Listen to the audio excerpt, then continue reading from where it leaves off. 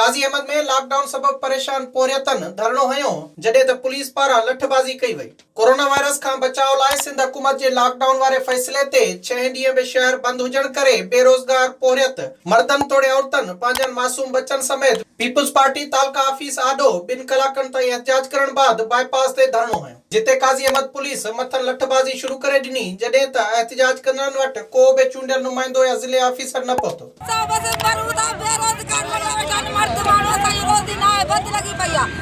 Police वाला सा road बंद कयो, पुलिस वाला भी चोर था रोड खोलियो। पुलिस असांखे धिक्कार रही मारे